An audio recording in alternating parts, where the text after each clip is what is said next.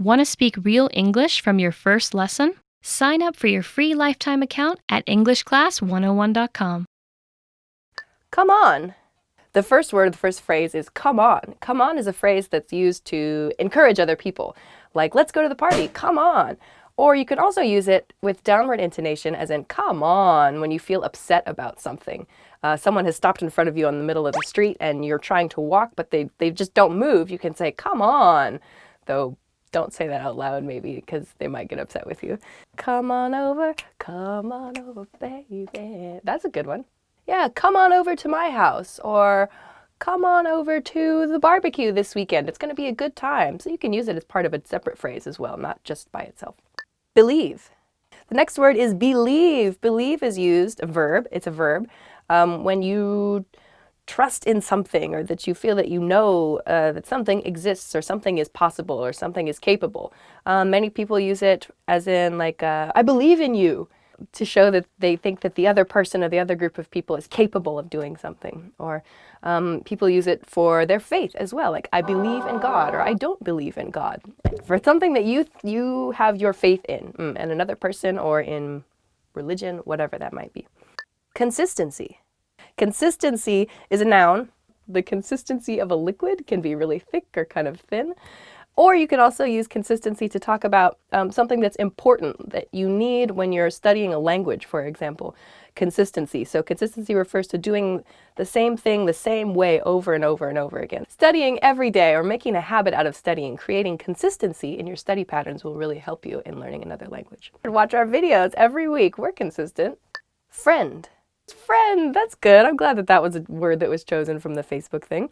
Friend, yeah, so someone that you feel close to or someone that you get along really well with is your friend. In a sentence, I went out drinking with my friends yesterday and that was a bad idea. Friend also can be used for the people who follow you or the people who you're connected to on social media. So your Facebook friends, maybe Twitter, you can have Twitter friends. Maybe Instagram friends, people that you haven't actually met, but that you somehow have a connection with online. People are now calling them your friends. But whether or not they're true friends remains to be seen. What is a true friend? A true friend is someone who you can tell all your things to and they won't judge you for it. Gate crash. This. Gate crash means to go to an event without having been invited to the event. I've also heard just crash. I haven't heard it with gate, but I just heard crash as in to crash a party. So in a sentence, I once crashed a house party. I wasn't invited, but somehow we had a connection and we just showed up and had a good time. But usually gate crashes are perceived as, they're very unwelcome. Like you shouldn't be there. Great. Great is just a positive word. How are you? I'm great. Oh, how was that movie? It was great. Anytime that you want to express some sort of positivity, you can use the word great. Great! You're great, Eileen. Pizza is pretty great. I haven't eaten pizza in a while. Pizza. I don't know. I love the phrase, I don't know. I talked about this phrase in one of the English topics videos that we did with Michael. Check that out if you haven't already. I don't know, of course, is used when you do not know information. You don't know the answer. Your teacher asks you a question in math class or something, and you can say, I don't know, for I have no ideas. So you can use it in this way, but I like to use I don't know a lot to transition in my speech. When I don't have a good idea or when I'm out of things to say and I want to kind of pass the conversation to the next person, I go, I don't know. You can use this when you're trying to make a decision, for example, and you kind of want to encourage the other person to like help make the decision. So one person might say, what do you want to do? And you can say, I don't know, what do you want to do? I don't know, what do you want to do? And eventually somebody has to make the decision, but you can kind of pass back and forth with, I don't know, in this sort of soft way. Never mind. Yeah, never mind means don't worry about it. Or maybe like, stop thinking about that. I don't need to think about that anymore. Never mind, like you want to move on in the conversation, you can say never mind, or you make an embarrassing comment, never mind. What is happening? There's like a creaky cracky thing happening. Never mind. Oh, I just used it, never mind. No, it wasn't on purpose. So I just used never mind, that was pretty good. Passion. Passion. Passion refers to something that you feel very strongly about, positively, usually. So you can feel passion for your studies, you can feel passion for your hobby, you can feel passion for your family or your friend. I think we use passion more so to talk about like a love relationship, a romantic relationship. So you can say, I have passion for my wife, I have passion for my husband, or like, I have passion for this hobby that I do. It's a really positive word. So in a sentence, let's see. I think a relationship should be full of passion. I have passion for music. I do. I have passion for music. I'm constantly listening to music. From the moment I wake up in the morning, I literally have headphones in my bed, and I'm listening to the latest new things on my SoundCloud stream. That's true. Sparkler. Why did you guys pick sparkler? Sparkler. A sparkler is a small firework, like a handheld firework that you can use like at 4th of July. You light one end of it, and it kind of goes psst. It makes that sound too. It goes psst, and it kind of burns, and you can write stuff. And if you take a picture with a long timer on the camera or whatever, you can spell out boobs. One of my favorite things to do on the 4th of July in America is to light sparklers with my family and friends. You win. The first phrase is you win. You win. If you hear the phrase you win, it means you have won something. You are probably going to receive something for free. Woo! That's a very happy thing, right? You want to get free things. Congratulations! You win a car! Yay! Here are the keys to your new car. Great, thank you! I brought you something special. This is exciting to hear because it means this little something special is like, oh, I thought only of you, so I brought you this. I brought you something special. Really? Thank you.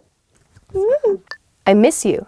I miss you. I miss you is nice. You can use this with your friends, your family members, your partner, whoever. I miss you shows that you want to meet the other person. Probably you haven't seen them as much as you would like to, so you can say, I miss you. I miss you. Call your husband or wife or boyfriend, girlfriend, whoever on the phone. Maybe you haven't seen them for a long time. You can say, I miss you. I miss you too. Take a break. I'll do the cleaning today. Take a break. I'll do the cleaning today. This means someone else is going to clean up your house for you or clean up something for you. I would be very happy to hear this phrase right now because my apartment is a disaster because I'm only there to sleep. So maybe you've had a long day at work or a long day doing something. You come home and somebody else has offered to do this for you. So take a break. I'll do the cleaning today. And you can reply, really? Thank you so much. I'm going to relax. The budget is unlimited.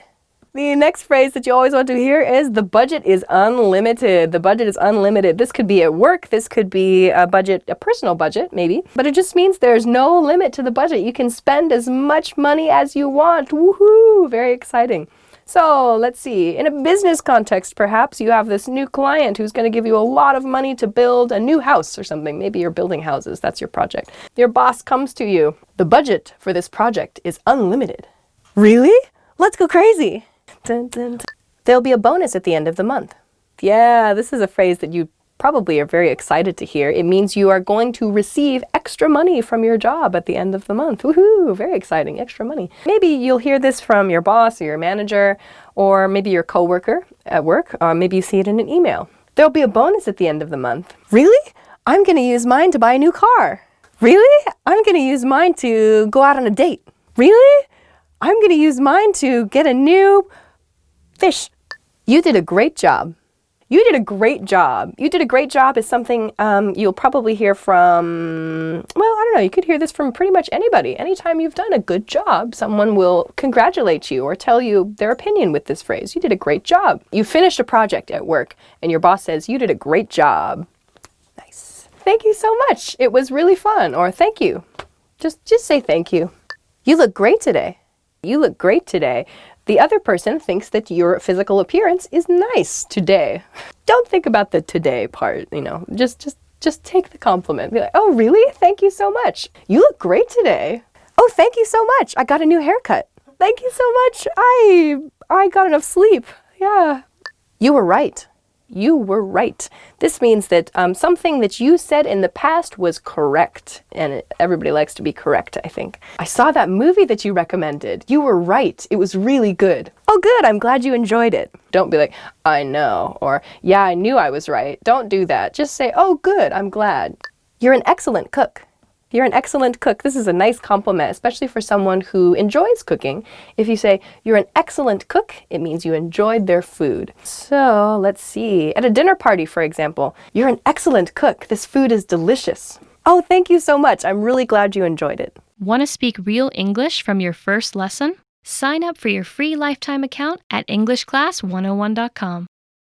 I love your cooking. This is my personal favorite compliment. Oh my God. I love cooking. Like, I'm always posting like pictures of things that I cooked on Twitter. I'm just like crazy about food. So this would be a compliment that I would love to get. Like, the ultimate compliment for me though would be, will you make my birthday cake?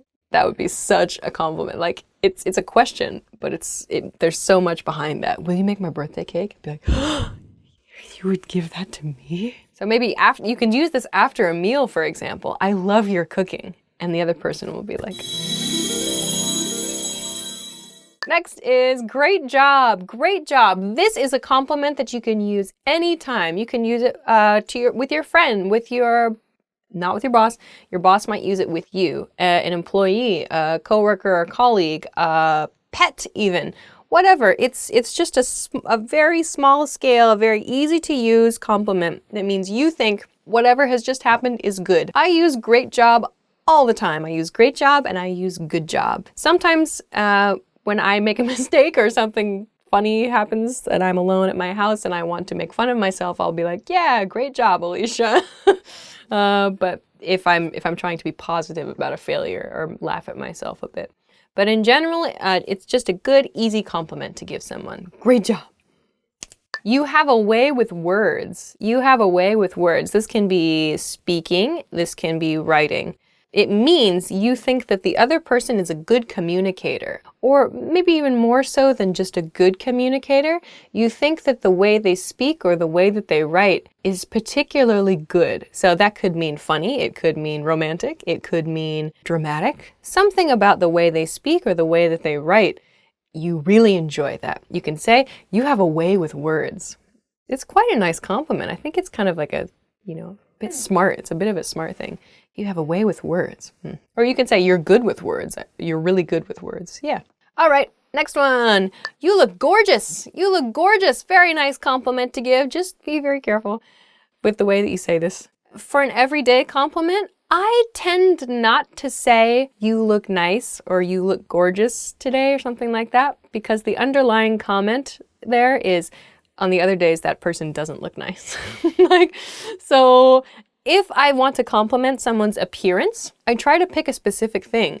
I'm like, oh, I've never seen you wear that sweater before. It looks nice on you. Something like that. Like yesterday, my friend had a new dress on and I was like, is that a new dress? And because I thought she looked nice, but I didn't want to make it sound like I don't think she looks nice every day. So I said, is that a new dress? And she goes, yeah. And I said, I think that color is really, really nice on you. It looks really good. And she was so happy about that. So yes, there are these compliments like you look nice, you look great, you look gorgeous, and so on. But I personally kind of prefer to level them up a little bit and just say, pick a specific thing. Like, did you get a new haircut? Did you dye your hair? Did you get something? Did something happen? Like whatever it is, try to pick up on a specific thing, because then that shows you're paying attention to the other person. And you think that whatever they have chosen to do, whatever like clothing or whatever haircut, whatever it is, you think that they have good sense there too, or good style. So it's kind of like it's a very subtle double compliment. Yeah. The next word is you have good taste. You have good taste. This can be for food, fashion, style, for decorating sense, music in movies, whatever. If you think that that person's artistic selection in whatever capacity, if you think that that person makes good choices with their appearance or their hobbies or whatever, you can say you have good taste. This is a fairly sophisticated compliment, I think. We use you have good taste for something like it sounds a bit more sophisticated. Maybe if you both choose the same bottle of wine, perhaps. Like it has kind of a more formal, adultish, sophisticated feeling about it, this compliment. So yeah, maybe wine is a good example of that. Yeah. Oh, nice bottle choice. Like, I really like that. You have good taste. You can follow this, by the way. You have good taste in blah, blah, blah. You have good taste in movies. You have good taste in music. If you want to be specific about something that you think that person is really good at choosing, you have good taste in noun. Okay. Yeah. Okay. Next one is you have a great sense of humor. You have a great sense of humor. This is the underlying compliment in the phrase, you are so funny. This is the underlying compliment. You have a great sense of humor means the other person thinks you are funny, that you are good at telling jokes or you make them laugh. This is actually one of my favorite compliments to get. You have a great sense of humor. Yeah, because I think that, like, you know, people like to laugh. So if someone makes you laugh, you can say this. You have a great sense of humor or you're very funny. Yeah, it's a good one. It's a really good one. So you can say it after a joke, for example, or after maybe you've finished laughing at something the other person has said. You can say, you have a great sense of humor. Good. Next one is, your resume is impressive. This is a weird compliment to say to your friends, unless you're like reviewing your friend's resume. It's a bit weird. This is something that perhaps someone interviewing another person for a job would say. The candidate comes in for the interview. The interviewer says, wow, your resume is very impressive. I'd like to ask you a few questions about it. Yay! So this is good to hear in a work situation. Yeah, you really probably won't need to use this with your friends. If you do, it's kind of weird. Oh, wow, this next one is quite a compliment. Nobody's ever said this to me. To be fair, if somebody said this next one to me, I would feel a little bit of like pressure. The compliment here is, you make me want to be a better person. This is something that I think you see in movies from time to time. Yeah, I had one person say oh, that something you did inspired me. And that was like really like, oh, that was really exciting. Like somebody was inspired by something. Like, wow, that's great. Or I want to be like you. That's a really cool compliment. But if someone says, you want to make me be a better person, it's like, oh, wow, like that means I'm really important to that person, which is really flattering. But at the same time, if someone said that, I would also be like, if it's like my friend, I would be like, but I want you to be you. Like, I think you're a cool person already. Yeah, it's like, oh, you make me want to be a better person. Like, in that person's viewpoint, you're like somehow above them, and that's uncomfortable. Yeah, I would rather say, you inspire me. I think or like, this thing that you did really inspired me. Like if somebody said like, I saw that picture that you posted on Twitter of that pizza today, Alicia, and it really inspired me and I made my own pizza. I'd be like, yay. Oh, next one is nice. Actually, I say this to my friends quite a bit. You are an awesome friend. This is really, really good to use after your friend has helped you with something. Maybe you're moving to a new apartment or new house, or maybe you've had some trouble and your friend gave you some good advice, or your friend just listened to you when you really needed to talk to someone. After that experience, you can say, thanks so much, you were an awesome friend. Or maybe your friend did something really, really cool and you just want to like tell them, like, I think you're really awesome. Just say, you are an awesome friend. They'll be happy to hear that. Or just, you can abbreviate it to, you are awesome. Not just you're an awesome friend, just you are awesome. You are a cool person. You are awesome. You're fantastic. You are an awesome friend. You're an awesome friend. Compliments that I want to hear, quite honestly, I feel that any physical appearance compliment is sort of boring to me, honestly. When people, I feel you. Really, I'm just like, okay, great. I didn't do anything to have this body or face or whatever. It's like, okay, that doesn't mean anything. Like, what are we gonna do with that? It's like, if you want to compliment somebody, I feel like you should compliment them on their skills, something that they have done or something that they have created, or something about their personality that is valuable to you. I think that that's a much better compliment. So for me, I like, this is delicious, because I love cooking. So when somebody tells me, this is so good, like when they say it in just that right way and you can tell that it's real, you can tell that it's true, I'm just like, yes. When people go, oh my God, this is so good, like I've cooked something really, really well, they say, oh my God, amazing, or I want to eat your food, that sort of thing. When people say that, I'm just like, yes, like that makes me so, so happy, because it's like, that's one of my favorite things to do. It's a skill. And it's something that like I've worked hard to try to do well. So when someone compliments me on that, I get really excited. Would you like to go out to dinner with me? Okay, the first phrase is, would you like to go out to dinner with me? This is a pretty typical invitation, I think. You can use, would you go out for lunch with me is okay too, or would you like to get a coffee with me as well. If you invite someone out for breakfast, it's a little weird. I feel like, I don't think I would say to someone like, I'm like at a bar, would you like to go out for breakfast sometime? It's just not really something you would say, you know. Would you like to go out to dinner with me? Sure, sounds great. Are you free this weekend? Are you free this weekend? Are you free? Free means is your schedule free? Do you have an open schedule this weekend? Very nice, very casual as well. So, are you free this weekend? Yeah, I've got some time. What's up? Would you like to hang out with me? The next phrase is, would you like to hang out with me? That sounds a little too formal to me. If it were me, I would just say, do you want to hang out? Do you want to get together? That's a little bit more natural. So, do you want to hang out this weekend? Yeah, sure, let's catch a movie. You're so cute. I'm going to preface this by saying I don't say this, okay? The next phrase is, you're so cute. I never say this. Maybe I'm just cold. It's typically said with downward intonation. People say, you're so cute, kind of going down like that. You can also use this as a compliment. People like parents will say this, or grandparents will say this to children in the family. So, you're so cute. Thank you, I suppose, is what you say. You look great. Next one is a much better compliment, I think, much more sincere. It is, you look great. You look great. Maybe you're going out for dinner, something nice. Your partner looks really nice. You can say, you look great. Oh, thank you. I had a great time.